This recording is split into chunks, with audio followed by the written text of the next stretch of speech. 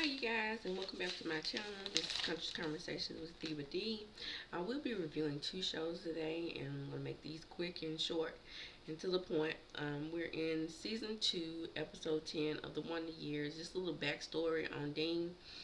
Um, this family, they are a black family trying to navigate through integration and formerly segregation, and now they've integrated schools. And Dean is trying to adjust to being at a in an integrated environment. He in the first season they talk about how a lot of the black teachers had got phased out, which is happened all over the South. They started doing the academies and things like that, and but the white teachers they stayed. And a lot of black parents really had no choice. My aunt just told me this morning that she experienced so much racism because she was pretty much the only black woman, black young lady that was at her high school. And she said she was an undergraduate and they didn't even put a graduation picture in the newspaper. So I think she kind of still salty about that. I can't say that I blame her, but going on with season 2, episode 10. Um, we're in the kitchen. Dean and Mom are in there getting ready to set up for Granddad's birthday party, and he's turning 75. Well, Kim brings Granddad in through the back door, and Dean and the rest of the family is up there waiting for him to come in through the front door. They're all excited to give him his surprise party, his surprise 75th birthday party, and there he is at the back door. So the surprise is ruined. And then it's also ruined with the brother Melvin at the front door. And he brings his daughter Cassie with him. In the next scene, Bill gets Dad a fishing pole and with fishing tackle. But Melvin has to one up him. And Melvin goes out to the car and gets him a car. I just said that he goes outside and he takes Dad with him, and what does he see in the yard? A car. And so um, Bill is upset with Melvin because he's like, Dad can't drive. Excuse me. He says Dad can't drive anymore. And I remember last season where Dad was driving and he starts teaching Dean how to drive when they take his license and his keys and stuff like that because he wasn't supposed to be driving. I can't remember why he wasn't supposed to be driving. I think he was forgetting stuff or something like that. And so he had to stop driving. And but Melvin doesn't care. He wants to one up Bill, and Bill is upset because he got in that car, and Dad is more interested in the car than the tackling the fishing rod. So moving on from there, they Kim and Cassie calls each other sister cousins, and that's because I'm pretty sure Kim, is like most girls who have more brothers.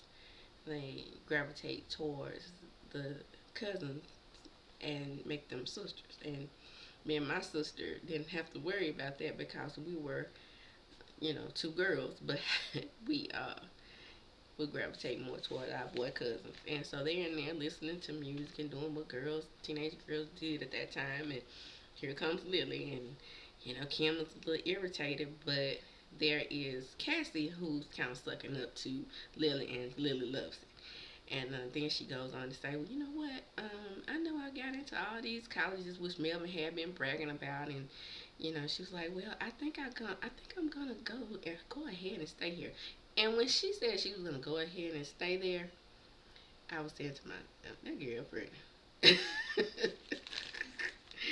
uh, so they go on to the next scene, and Melvin and Bill go to the club.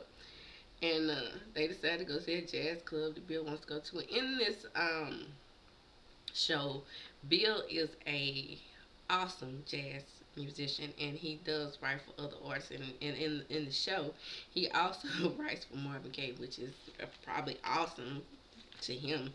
I'm pretty sure he was a big fan of Marvin Gaye. And Dad is not impressed with that. He's impressed with Bill and his big job. So everybody loves Bill at the club, he plays the sax. He's smooth operator, be cool, be cool, be cool. He's one of those kind of cats. And he's up there playing his instrument, and old grandpa and old Melvin skedaddle. And he's up there like, what in the hell did they go? So um, they go on to find out that, actually Cassie is indeed pregnant. And, they're in there, and Lily is in the bedroom, and she's teaching her the steps from her little sorority or whatever. And then Cassie runs out, and she's just over the toilet, just throwing up all her lunch and everything else that comes out of her. And so Lily says, we need to tell your dad you're sick and whatever. She's trying to comfort her. And she said, please, please don't tell dad that I'm sick. And she's crying. And then I said, yeah, I was right. She's pregnant. Because, Kim is feeling some type of way because, she's getting all this attention just because she's going to college. Nobody's paying her any attention because she's a revolutionary. And so mom is like, feeling at that moment. Of course, Kim is her daughter, so she's not really, favoring her. She's just giving her a little extra attention because she's doing some things that she wished Kim would do. Basically, that's what it is. So I guess Kim is thinking, in the same way I would be thinking. So y'all thought she was perfect, huh? So in the next scene, we have Bill finding dad, granddad, and Melvin at the juke joint. The hole in the wall, if you will.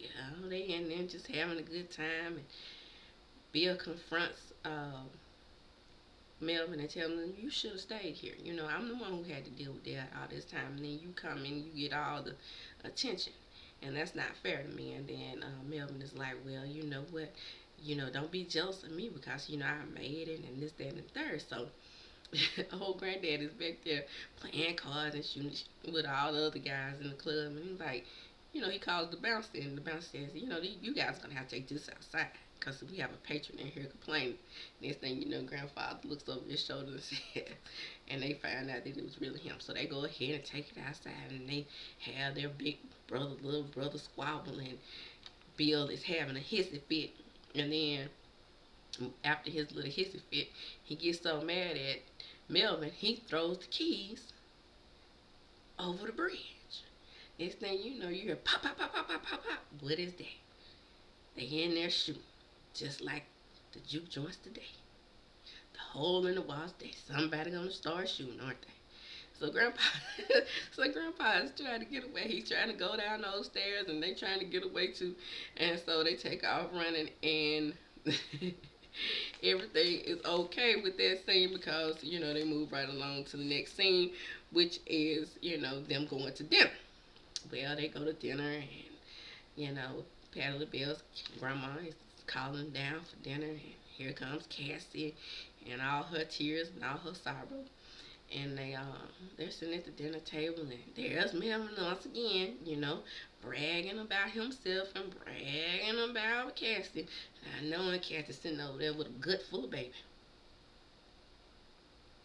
That's why you can't put so much into your children that you forget to tell them about things. Okay? So, but you tell them about everything else. You tell them that you want them to be successful. You want them to be smart. You want them to be good parents after marriage.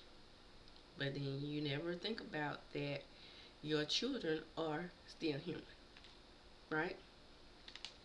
Okay, so moving right along from there. They of course, Bill and Melvin, they get to arguing again. So granddad say, I'm gonna make you guys do what you used to do when you arguing when you were young. And they did a little ditty, and Bill was bragging about his jazz hands. And actually, in this scene, they do make up, and but right after they make up, they go right back at it, back and forth. So when they go back and forth, Cassie jumps up, runs out the room, starts crying. Lily follows behind her, and she tells her, you're going to have to tell your dad. and your mom that you are pregnant. And she said, let me tell them on my own time.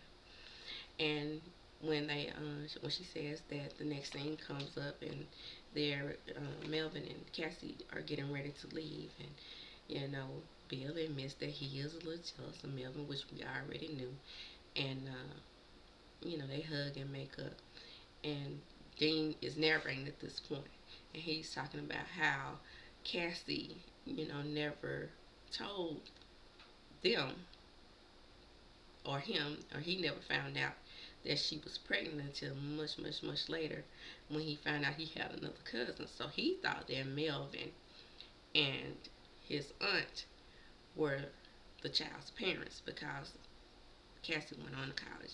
And she did what a lot of black children did. Either they quit college altogether or school altogether to raise the children, or either the grandparents raised the children as their own, which is what happened here. And, I've learned by watching a lot of movies, and I've learned by personal experience, and I've seen it, that those things can be very devastating to the child.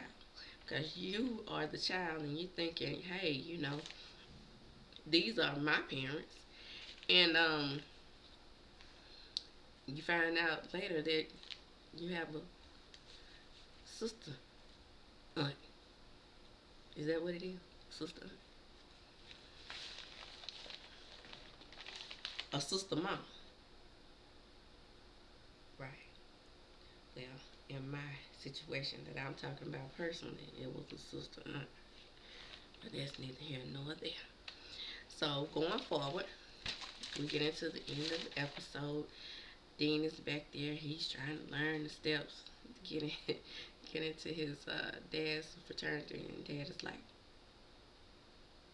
nah, see, why we use the powder. And the episode comes to the end with Dean trying to learn the steps, and Dean has no rhythm. And now we're gonna move into All the Queen's Men. Now, All the Queen's Men was really, for this to be my first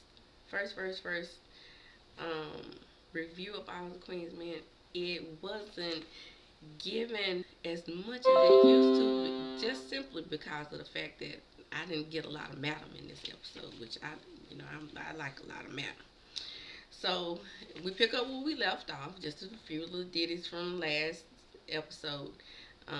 Big D, which is, I try my best not to like yellow guys or the light skinned men, but honey, that baby D. Mm, mm, mm. And then he plays, I don't know if he really has this or not, he plays a character that has that New Orleans accent. So he goes down there and he sees Tommy. And he sees Tommy down there, getting ready to shoot Casanova. And when he gets ready to do this, Casanova comes in, Big D comes in, and he's like, oh, man, what are you doing? And Tommy said, well, we're going to have to jump you in now because you know what's going on down there. And, Big D is like, oh, whoa. I don't even know what this man did. Babe, I don't know what he did. I don't know. I shouldn't be even in this, man. I've been pulled into something that I shouldn't even be in. And then Tommy say, well, that's what goes on in this club. You take him out. You take him out. And then Big D is saying, okay. Then, Tommy called him Baby D because he's jealous.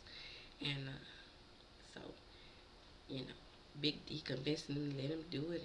He pulls out, he convinces Tommy by telling him that he has a gun that doesn't have bullets in it that will spray. And Tommy's so impressed with that. So he gets him and pop. Okay. So in the next scene, you see Joey, Madam, and Blue. Joey is the guy that's doing security for Madam, and Blue and Tommy. They hate him. Um, but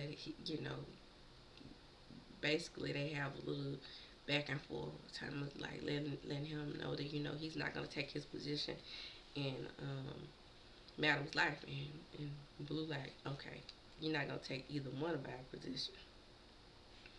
Um, Tommy updates Blue on what what big I keep wanting to call him Baby D because that's what Tommy calls him. And he asked him, what do you know about Baby D? And she said, you mean Big D?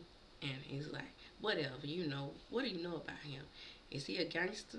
And she's like, nothing I know of, not really. And then Tommy goes, well, I was so impressed with him. He took that pow pow and he just really just took, Casanova out. And Madam, she probably gonna be mad, but I was kind of impressed. And then Tommy says, well, I have to tell Madam. And then Blue agrees with him. Moving on from there, Don found out that Imp has done something to her car. I know Imp is very mad at his aunt, but they're dragging this out just a little bit for me. I'm ready to get back to the Imp that we once knew, and Imp is all over the place. He's psycho, but I do understand. I understand if my own aunt tried to take me out, I'd probably be the same way. And so he does something to Dime's car, and here comes old sexy Big D. Yeah, baby. What's wrong with your car? And then she said, my tires are on the flat. Dime is whining at this point. And I think it was Imp. And he said, oh, that boy, he's so mad at you. Let me take care of you. Let me take you to my take you home. And then she's like, no. I don't trust that, but I'll go wherever you are. He said, I'm staying at a pissy hotel. And she's like, she didn't care, just take her to the hotel. And so, in the next scene, we have Fuego and Imp. Now, Fuego, it just pops up on Imp, and he's like, man, what you doing here? You better back up now. I don't want to deal with all this BS. Are you gay? Did you pop up everywhere I am? And he's like, no, Fuego was like, no, we're just friends. And it wasn't much to do in that scene. They just, Imp just lets him know, I'm not that guy. I'm Anthem. I'm not about that gay-ish. And Fuego was like, no, man, we just friends. Imp, true. He all up in his chest. We're not friends. We're not friends. Just leave me alone, man. And then Fuego looks really upset because I think Fuego really thought they were friends. Fuego thought that him, Doc, and Imp were friends, but they're not. So Madam, in the next scene, she calls Pimpin' Poppy, and Pimpin' Poppy, he's done his job and got all the nurses in the facility, especially that one nurse that gave him the job. She got him all, he's got her all under control, so he's not really worried about her. He asked her, did she do anything about the governor's daughter? Did she find out anything? And then she's like, well, she didn't know anything just yet. But Madam also informs him that she knows somebody that may have a connect with her because Miss Tandy, her guy is running for mayor, and then Poppy is impressed with that. Well, in another scene, right over there across town, you got detective. The detective that's on Madam's tail, giving Doc her goodies. And what she really wants is for Doc to give her Madam. And Doc is played by Bolo from Rolo. She's giving those goodies to Doc, and now she wants Doc to give up Madam. And he's like, No, it wasn't that good. He didn't let us know that, she didn't really have the goodies like she thought she did. Because what he does is go to sleep when, when he gets good goodies. But we can go again and find out. And I mean, Doc was giving it to her, baby. Next thing we have Face and Midnight. They always do that little tag team mess. They having just a orgy. And then, Face, once the girls leave, Face is over there counting his dough. And then Midnight's like, oh man, you gonna give me my cut? Or it's gonna be a problem. And Face don't want any of Midnight, so he, throws them money. And moving on from there. And next thing we have Madam and Time.